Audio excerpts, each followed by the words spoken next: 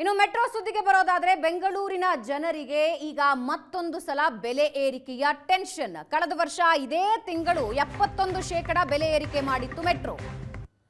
ಆದ್ರೆ ಈಗ ಮತ್ತೆ ಪ್ರಯಾಣ ದರ ಏರಿಕೆ ಆಗ್ತಾ ಇದೆ. ಮೆಟ್ರೋ ದರ ಏರಿಕೆಗೆ ಸರ್ಕಾರ ಕೂಡ ಗ್ರೀನ್ ಸಿಗ್ನಲ್ ಕೊಟ್ಟಿದೆ. ಸೋಮವಾರದಿಂದ ಅಂದ್ರೆ 9ನೇ ತಾರೀಕಿನಿಂದ ಮೆಟ್ರೋ ದರ 5% ಏರಿಕೆ ಬಹುತೇಕ ಫಿಕ್ಸ್. ಮೊನ್ನೆ ಮೆಟ್ರೋ ಮೀಟಿಂಗ್ ನಲ್ಲಿ ದರ ಏರಿಕೆ ಬಗ್ಗೆ ರಾಜ್ಯ ಸರ್ಕಾರ ನಿರ್ಧಾರ ತೆಗೆದುಕೊಂಡಿದ್ದು ಗ್ರೀನ್ ಸಿಗ್ನಲ್ ಕೊಟ್ಟಿದೆ. ಕಳೆದ ವರ್ಷ ಫೆಬ್ರವರಿ 9ನೇ ತಾರೀಕಿನ ದಿನ ಮೆಟ್ರೋ ದರ ಏರಿಕೆಯಾಗಿತ್ತು 101% ಇಂದ 71% ಇಂದ 101% ವರೆಗೆ BMRCL ದರ ಏರಿಕೆ ಮಾಡಿತ್ತು. ಈಗ ಮತ್ತೊಂದು ಸಲ 5% ದರ ಏರಿಕೆಗೆ BMRCL ಪ್ರಸ್ತಾಪ ಮುಂದಿಟ್ಟಿತ್ತು. ಅದಕ್ಕೆ ಸರ್ಕಾರ ಓಕೆ ಅಂದಿದೆ.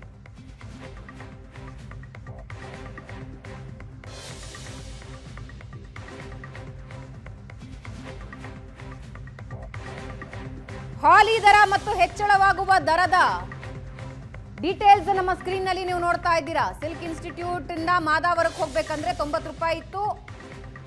ಸೋಮವಾರದಿಂದ 95 ರೂಪಾಯಿ ಆಗುತ್ತೆ. RV ರೋಡ್ ಬೊಮ್ಮಸಂದ್ರದಿಂದ 60 ರೂಪಾಯಿ ಇತ್ತು ಹಾಲಿ ದರ, ಅದು 63 ರೂಪಾಯಿ ಆಗುತ್ತೆ. 5% ಜಾಸ್ತಿ ಮಾಡಿದ್ದಾರೆ. ಮೆಜೆಸ್ಟಿಕ್ ನಿಂದ ವೈಟ್ ಫೀಲ್ಡ್ಗೆ 80 ರೂಪಾಯಿ ಇದೆ. ಈಗ ಹಾಲಿ ದರ ಸೋಮವಾರದಿಂದ 84 ರೂಪಾಯಿ ಆಗುತ್ತೆ. 5% ದರ ಏರಿಕೆ ಮಾಡಿದೆ. ಸೋಮವಾರದಿಂದ ದರ ಏರಿಕೆ ಆಲ್ಮೋಸ್ಟ್ ಫಿಕ್ಸ್.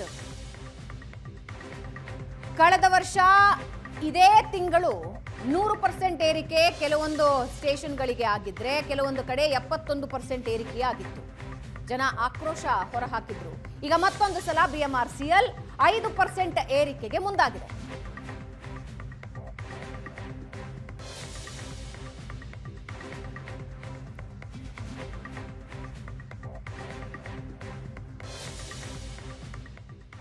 ಈ ಬಗ್ಗೆ ಇನ್ನಷ್ಟು ಡೀಟೇಲ್ಸ್ ಹಂಚ್ಕೊಳ್ಳೋದಕ್ಕೆ ನಂದೀಶ್ ಮತ್ತು ಮಮತಾ ಮೆಟ್ರೋ ಸ್ಟೇಷನ್ಗಳಿಂದ, ಮೆಜೆಸ್ಟಿಕ್ನಿಂದ ಹಾಗೂ ಮತ್ತೊಂದು ಭಾಗದಿಂದ ನಮ್ಮ ಪ್ರತಿನಿಧಿಗಳು ಲೈವ್ ನಲ್ಲಿ ಜಾಯಿನ್ ಆಗ್ತಾ ಇದ್ದಾರೆ. ಮೊದಲಿಗೆ ನಾನು ನಂದೀಶ್ನ ಕೇಳ್ತೀನಿ. ನಂದೀಶ್, ಕಳೆದ ವರ್ಷ ಎಕ್ಸಾಕ್ಟ್ಲಿ ಇದೇ ತಿಂಗಳಿಗೆ ತುಂಬಾ ದೊಡ್ಡ ಮಟ್ಟದಲ್ಲಿ BMRCL ದರ ಏರಿಕೆ ಮಾಡಿತ್ತು. ಒಂದೊಂದು ಕಡೆ ಡಬಲ್ ಮಾಡಿತ್ತು. ಅಂದ್ರೆ ಎಕ್ಸಾಂಪಲ್ 50 ರೂಪಾಯಿ ಇದ್ದಿದ್ದು 100 ರೂಪಾಯಿ ಆಗಿತ್ತು. ಕೆಲವು ಕಡೆ 50 ರೂಪಾಯಿ ಇದ್ದಿದ್ದು 80 ರೂಪಾಯಿವರೆಗೆ ಹೋಗಿತ್ತು.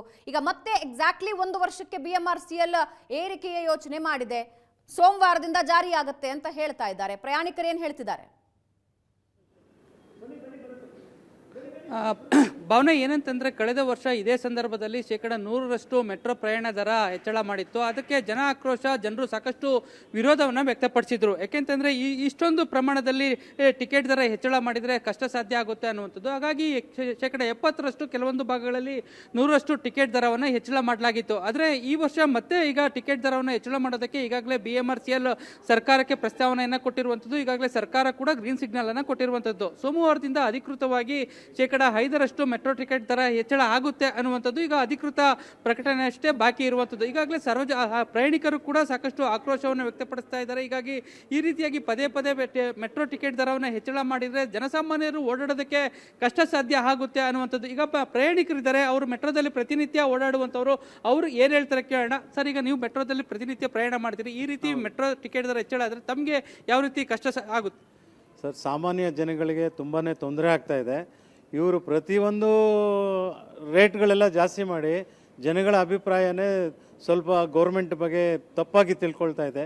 5% ಜಾಸ್ತಿ ಮಾಡೋದಕ್ಕಿಂತ 10% ಕಮ್ಮಿ ಮಾಡಿ ಸ್ವಲ್ಪ ಇವರು ಉಳಿಸ್ಕೊಳ್ಳೋದು ಬೆಟರು ಅನ್ಸುತ್ತೆ. ಸರ್, ತಾವು ಏನು ಹೇಳ್ತೀರಿ? ಈಗ ಟಿಕೆಟ್ ದರ ಹೆಚ್ಚಳ ಮಾಡ್ತಾ ಇದ್ದಾರೆ. ಸರ್, ಸಮಸ್ತ ಕನ್ನಡಿಗರಿಗೆ ನಮ್ಮ ಸ್ನೇಹಿತರ ಕಡೆಯಿಂದ ಒಂದು ನಮಸ್ಕಾರ. ಈಗ ಸಾಮಾನ್ಯ ಜನರಿಗೆ ಅವಶ್ಯಕತೆ ಇರುವಂತಹ ನೀರು, ಆಹಾರ, ವಸತಿ ಮತ್ತು ಸಾಗಾಣಿಕೆ ವೆಚ್ಚಗಳೇ ನಮಗೆ ಜಾಸ್ತಿ ಆಗುವಂಥದ್ದು.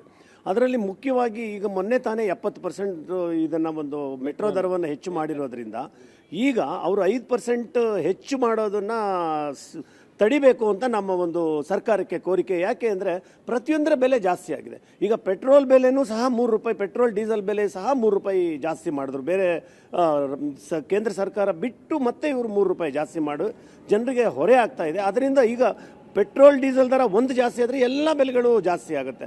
ಅದ್ರ ಜೊತೆಗೆ ಮೆಟ್ರೋ ದರನೂ ಈಗ ಜಾಸ್ತಿ ಆದರೆ ಸಾಮಾನ್ಯರಿಗೆ ಹೊರೆ ಆಗುತ್ತೆ. ಇದನ್ನು ಮಾಡದೆ ನಮ್ಮ ಸರ್ಕಾರದವರು ಇದನ್ನು 5% ಹೆಚ್ಚಳ ಮಾಡೋದನ್ನು ತಡಿಬೇಕು ಅಂತ ನಾವು ಕೇಳ್ಕೊತೀವಿ. ಸರ್, ಈಗ ಅಧಿಕೃತವಾಗಿ ಇನ್ನು ಅಧಿಕೃತ ಪ್ರಕಟಣೆ ಅಷ್ಟೇ ಬಾಕಿ ಇರುವಂಥದ್ದು, ಈಗ ಸೋಮವಾರದಿಂದ ಜಾರಿ ಆಗುತ್ತೆ ಅನ್ನುವಂಥದ್ದು ಈಗ BMRCಯಲ್ಲಿ ಹೇಳ್ತಾ ಇರುವಂಥದ್ದು. ಯಾವುದೇ ಕಾರಣಕ್ಕೂ ಇದನ್ನು ಹೈಕ್ ಮಾಡೋಂಗಿಲ್ಲ. ಅದ್ರ ಜೊತೆಯಲ್ಲಿ ವಾಟರ್, ಆಮೇಲೆ electricity, daily needing necessity items ಏನೇನಿದೆ ಎಲ್ಲ ಕಮ್ಮಿ ಮಾಡಬೇಕೇ ಹೊರತು ಈ ಗೌರ್ಮೆಂಟ್ ಬಂದಾಗಿಂದ ಯಾವ್ದು ಕಮ್ಮಿ ಮಾಡಿದೆ ಅಂತ ಹೇಳ್ತಾ ಇದ್ದಾರೆ. ಪ್ರತಿಯೊಂದು ಏರಿಕೆ ಒಂದು ಕಂದಾಯ ಆಗ್ಬೋದು, ಒಂದು ಪ್ರತಿಯೊಂದು ರಿಜಿಸ್ಟ್ರೇಷನ್ ಪ್ರತಿಯೊಂದು ಜಾಸ್ತಿ ಆಗ್ತಾ ಇದೆ. ಯಾರ್ಯಾರಿಗೂ ಅನುದಾನ ಅಂತ ಅಂದ್ಬಿಟ್ಟು ಇಲ್ಲಿ ಬೇರೆಯವ್ರಿಗೆಲ್ಲ ಬರೀ ಹೇಳಿದ್ರೆ ಎಷ್ಟು ಕರೆಕ್ಟು? ಸರ್, ಈಗ ಪ್ರತಿನಿತ್ಯ ಈ ಮೆಟ್ರೋದಲ್ಲಿ ವಿದ್ಯಾರ್ಥಿಗಳು ಮತ್ತು ಸಾಮಾನ್ಯ ಜನರು, ಈಗ ಕೆಲ್ಸಕ್ಕೆ ಹೋಗುವಂಥವ್ರು, ಗಾರ್ಮೆಂಟ್ಸ್ಗೆ ಹೋಗುವಂಥವ್ರು ಎಲ್ಲ ನೀವು ಕೂಡ ಓಡಾಡ್ತಾ ಇದ್ದೀರಿ ಪ್ರತಿನಿತ್ಯ. ಈ ರೀತಿ 5% ಹೆಚ್ಚಳದಿಂದ ಎಷ್ಟು ಹೊರೆ ಆಗ್ತದೆ ನಿಮಗೆ? ಸರ್, ಏನು ತೊಂದರೆ ಆಗೋದಿಲ್ಲ ಸರ್. ವರ್ಷಕ್ಕೂ 5% ಅಂದರೆ ಏನು ತೊಂದರೆ ಆಗೋದಿಲ್ಲ.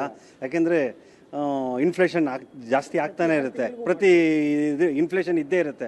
ಆದ್ದರಿಂದ ಈ 5% ಮಾಡದೆ ಹೋದರೆ ಅವರು ಮೆಟ್ರೋ ಇವರು ಕಾರ್ಮಿಕರಿಗೆ ಅವ್ರಿಗೆ ಹೆಂಗೆ ಸಂಬಳ ಕೊಡ್ತಾರೆ, ಜಾಸ್ತಿ ಹೆಂಗೆ ಕೊಡ್ತಾರೆ? ಸೊ ಅದರಿಂದ ಕೊಡಬೇಕು ಅಂತ ಅನಿಸುತ್ತೆ sir. 5% is a reasonable amount to pay.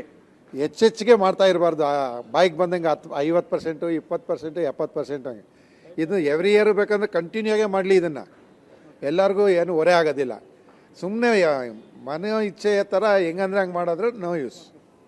ಇದು ಪ್ರಯಾಣಿಕರ ಮಾತು ಭಾವನ. ಏನಂತಂದ್ರೆ ಯದ್ವಾತದ್ವಾ ಹೆಚ್ಚಳ ಮಾಡುವಂಥದ್ದು ಸರಿಯಲ್ಲ. ಯಾಕೆಂತಂದ್ರೆ ಕಳೆದ ವರ್ಷ ಅಷ್ಟೇ 70%, ಕೆಲವೊಂದು ಭಾಗಗಳಲ್ಲಿ 100% ಹೆಚ್ಚಳ ಮಾಡಲಾಗಿತ್ತು. ಆದರೆ ಪ್ರತಿ ವರ್ಷ ಕೂಡ ಇಷ್ಟಿಂತು % ಅಂತ ಹೆಚ್ಚಳ ಮಾಡಿದರೆ ಅದು ಹೆಚ್ಚಳ ಆಗೋದಿಲ್ಲ. ಈಗ ಏಕಾಏಕಿ 70%, 100%, 10%, 5% ಈ ರೀತಿ ಹೆಚ್ಚಳ ಮಾಡಿದರೆ ಸಾಕಷ್ಟು ಜನಸಾಮಾನ್ಯರಿಗೆ, ಅದರಲ್ಲೂ ಮಧ್ಯಮ ವರ್ಗದ ಪ್ರಯಾಣಿಕರಿಗೆ ಏನು ಮೆಟ್ರೋದಲ್ಲಿ ಸಂಚಾರ ಮಾಡ್ತಾರೆ, ಪ್ರಯಾಣ ಮಾಡ್ತಾರೆ, ಅವ್ರಿಗೆ ಸಾಕಷ್ಟು ತೊಂದರೆ ಆಗುತ್ತೆ ಅನ್ನುವಂಥ ಒಂದು ಮಾತನ್ನು ಹೇಳ್ತಾ ಇದ್ದಾರೆ ಭಾವನಾ.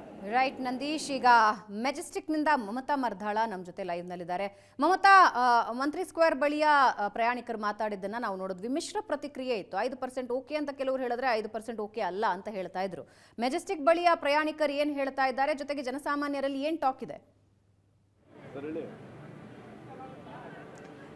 ಭಾವನಾ, ಮೆಟ್ರೋ ರೈಲು ಹಳಿ ಏನು ಮೇಂಟೆನೆನ್ಸು ಜೊತೆಗೆ ತಾಂತ್ರಿಕ ಕಾರಣಗಳನ್ನು ನೆಪ ಒಡ್ಡಿ ಈಗಾಗಲೇ ಮೆಟ್ರೋ ದರ ಪರಿಷ್ಕರಣಾ ಸಮಿತಿ ದರವನ್ನು ಜಾಸ್ತಿ ಮಾಡಬೇಕು ಅಂತ ಹೇಳಿಬಿಟ್ಟು ಈಗಾಗಲೇ ಒಂದು ಏನು ಪ್ರಸ್ತಾವನೆಯನ್ನು ಸಲ್ಲಿಸಿರುವಂಥದ್ದು. ಅದರ ಜೊತೆಗೆ ಈಗಾಗಲೇ BMRCಯಲ್ಲೂ ಕೂಡ ಪ್ರತಿ ವರ್ಷವೂ ಕೂಡ ದರವನ್ನು ಜಾಸ್ತಿ ಮಾಡಬೇಕು ಅಂತ ಹೇಳಿ ಒಂದು ಮಾತುಕತೆ ಆಗಿತ್ತು. ಅದೇ ರೀತಿಯಲ್ಲಿ ಕಳೆದ ವರ್ಷ ತುಂಬ ಜಾಸ್ತಿ ಆಗಿತ್ತು. ಆದರೆ ಈ ಬಾರಿ 5% ಜಾಸ್ತಿ ಮಾಡಬೇಕು ಅಂತ ಹೇಳಿ ಎಲ್ಲ ರೀತಿಯ ಸಿದ್ಧತೆಯನ್ನು ಮಾಡಿಕೊಳ್ಳಲಾಗಿದೆ. ಆದರೆ ಸದ್ಯಕ್ಕೆ ಈಗ ಜನ ಆಕ್ರೋಶಗೊಂಡಿದ್ದಾರೆ. ಯಾಕಂತಂದರೆ ಕಳೆದ ವರ್ಷ ತುಂಬ ಜಾಸ್ತಿ ಆಗಿತ್ತು, 105%ನಷ್ಟು ಜಾಸ್ತಿ ಆಗಿತ್ತು. ಆಗಾಗಲೇ ಜನ ಏನು ವಿರೋಧವನ್ನು ವ್ಯಕ್ತಪಡಿಸಿದ್ರು, ಮತ್ತೆ ಅದನ್ನ ಕಡಿಮೆ ಮಾಡಲಾಯಿತು. ಅದರ ಜೊತೆಗೆ ಒಂದಷ್ಟು ರಾಜಕಾರಣಿಗಳು ಕೂಡ ಇದಕ್ಕೆ ಒಂದಷ್ಟು ವಿರೋಧವನ್ನು ವ್ಯಕ್ತಪಡಿಸಿದ್ರು. ಅದಾದ ಬಳಿಕ ಕಡಿಮೆ ಮಾಡಲಾಗಿತ್ತು. ಆದರೆ ಈ ಬಾರಿ 5% ಜಾಸ್ತಿ ಆದ್ರೂ ಕೂಡ ಕಳೆದ ವರ್ಷ ತುಂಬ ಜಾಸ್ತಿ ಆಗಿರುವಂತಹ ಹಿನ್ನೆಲೆಯಲ್ಲಿ ಈ ವರ್ಷ 5% ಜಾಸ್ತಿ ಆದ್ರೂ ಕೂಡ ಅದು ತುಂಬ ಏನು ಬರೆ ಆಗೇ ಆಗುತ್ತೆ ಜನಸಾಮಾನ್ಯರಿಗೆ. ಯಾಕಂತಂದ್ರೆ ಮೆಟ್ರೋವನ್ನು ಅವಲಂಬಿಸ್ಕೊಂಡು ಹೋಗ್ತಾರೆ ಜನ. ನಮ್ಮ ಜೊತೆಗೆ ಇಲ್ಲಿರುವಂತಹ ಪ್ರಯಾಣಿಕರು ಕೂಡ ಇದ್ದಾರೆ, ಮೆಟ್ರೋವನ್ನು ಅವಲಂಬಿಸಿರುವಂಥವ್ರನ್ನ ಕೇಳ್ತೀನಿ. ಸರ್, ನೀವು ದಿನನಿತ್ಯವೂ ಕೂಡ ಮೆಟ್ರೋದಲ್ಲಿ ಓಡಾಡ್ತೀರಾ, ಎಲ್ಲಿಂದ ಎಲ್ಲಿಗೆ ಓಡಾಡ್ತೀರಾ? ಮೇಡಮ್, ಬೊಮ್ಮಸಂದ್ರದಿಂದ ಈ ಕಡೆ ವೈಟ್ ಫೀಲ್ಡ್ ಕಡೆ ಹೋಗ್ತೀವಿ. ಸೊ ಏನಂತಂದರೆ ಅಲ್ಲಿ ಅಂತಂದರೆ ಇಲ್ಲಿಂದ ಫಸ್ಟ್ ಸ್ಟಾರ್ಟಿಂಗು ಮೆಟ್ರೋ ಓಪನ್ ಆದಾಗೆಲ್ಲ ಬರೀ 30 ರೂಪೀಸು, ಮತ್ತು 60 ಆಯಿತು, ಮತ್ತು ಈಗ 90 ಆಯಿತು. ನೆಕ್ಸ್ಟ್ ಈಗ ಮತ್ತೆ 5% ಜಾಸ್ತಿ ಮಾಡ್ತಾರೆ ಅಂದರೆ, ಸೊ ಇವಾಗ ನಾವು ಪ್ರತಿದಿನ ಮೆಟ್ರೋದಲ್ಲಿ ಓಡಾಡೋದ್ರಿಂದ ಕೆಲವ್ರ ಹತ್ರ ಕಾಸು ಇರುತ್ತೆ, ಕೆಲವ್ರ ಹತ್ರ ಇರೋದಿಲ್ಲ. ಸೊ ಅವಾಗ ಏನಾಗುತ್ತೆ, ಕೆಲವ್ರಿಗೆ ಡಿಸಪಾಯಿಂಟ್ ಆಗಿದೆ, ಏನಪ್ಪ ಯಾವಾಗಲೂ ಈ ಥರ ರೇಟ್ ಜಾಸ್ತಿ ಮಾಡ್ತಾನೆ ಅಂದರೆ ಹೇಗೆ ಅಂತೇಳಿ ತುಂಬ ತೊಂದರೆ ಆಗ್ತಾ ಇದೆ ಸಾರ್ವಜನಿಕರಿಗೆ. 90 ರೂಪಾಯಿ ಅಂತಂದ್ರೆ ಈಗ 5% ಜಾಸ್ತಿ ಆಯ್ತು, 95 ರೂಪಾಯಿ ಆಗುತ್ತೆ. ಹೌದೌದು. ನೀವು ಎರಡೂ ಸಲ ಓಡಾಡಬೇಕು ಅಂತಂದ್ರೆ ತುಂಬಾ ದುಬಾರಿ ಆಗುತ್ತೆ. 200 ಸಮಥಿಂಗ್ 200 ಆಗೇ ಆಗುತ್ತೆ, 180 ಆಗುತ್ತೆ. ಈಗ 5% ಜಾಸ್ತಿ ಮಾಡಿರೋದ್ರಿಂದ 200 ಆಗೇ ಆಗುತ್ತೆ. ಏನ್ ಹೇಳ್ತೀರಿ ಈ ರೀತಿ ಜಾಸ್ತಿ ಆಗ್ತಾ ಇದ್ರೆ? ಇದು ಸಾರ್ವಜನಿಕರಿಗೆ ತೊಂದರೆನೆ. ಪಾಪ ಇರೋರು ಇರ್ತಾರೆ, ಇಲ್ದಿರೋರು ಇರ್ತಾರೆ.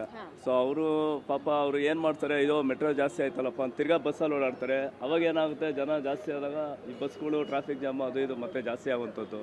ಸೊ ಮೆಟ್ರೋದಲ್ಲಿ ಒಂದು ದರ ಸ್ವಲ್ಪ ಕಡಿಮೆ ಇತ್ತು, ಮೀಡಿಯಮ್ ಆಗಿತ್ತು ಅಂದರೆ ಪ್ರತಿ ಜನನೂ ಓಡಾಡೋದಕ್ಕೆ ಇದು ಸಹಕರಿಸ್ತಾರೆ ಅಂತ ಅಂದ್ಕೊಂಡಿದ್ದೀನಿ. ಓಕೆ, ಏನು ಹೇಳ್ತೀರಿ ಸರ್ಕಾರಕ್ಕೆ? ಅಂದರೆ ಇನ್ನು ಕಡಿಮೆ ಮಾಡಿ ಅಂತ ಹೇಳ್ತೀರಾ ಅಥವಾ ಕಡಿಮೆ ಮಾಡಿದ್ರೆ ಒಳ್ಳೇದು. ಸ್ಟಾರ್ಟಿಂಗು ನೋಡಿ 30 ರೂಪೀಸ್ ಇದ್ದಾಗ ಎಷ್ಟು ಜನ ಓಡಾಡ್ತಾ ಇದ್ರು, 60 ಆದಾಗಲೂ ಓಡಾಡ್ತಾ ಇದ್ರು. ಬಟ್ ಈಗ 90 ಆದಾಗ ಸ್ವಲ್ಪ ಕಡಿಮೆ, ಬಟ್ ಮುಂದೆ ಏನಾದ್ರು ಹಿಂಗೆ ಜಾಸ್ತಿ ಆಗ್ತಾ ಹೋಗ್ತಾ ಇದ್ರೆ ಜನ ಕಡಿಮೆ ಆಗುವಂಥ ಚಾನ್ಸಸ್ ಇರುತ್ತೆ. ಓಕೆ, ಖಂಡಿತ ಭಾವನೆ, ಇಲ್ಲಿರುವಂಥ ಸುಮಾರು ಜನ ಪ್ರಯಾಣಿಕರನ್ನ ನಾವು ಮಾತಾಡಿಸಿದ್ವಿ.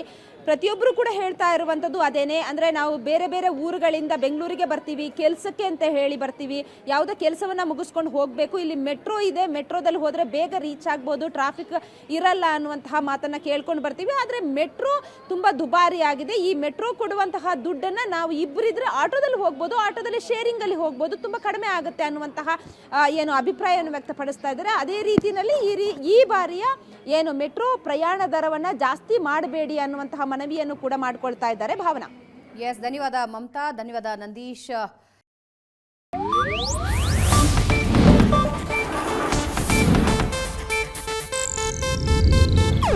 ಇದು ಏಷ್ಯಾನೆಟ್ ನ್ಯೂಸ್ ನೆಟ್ವರ್ಕ್ ಪ್ರಸ್ತುತಿ.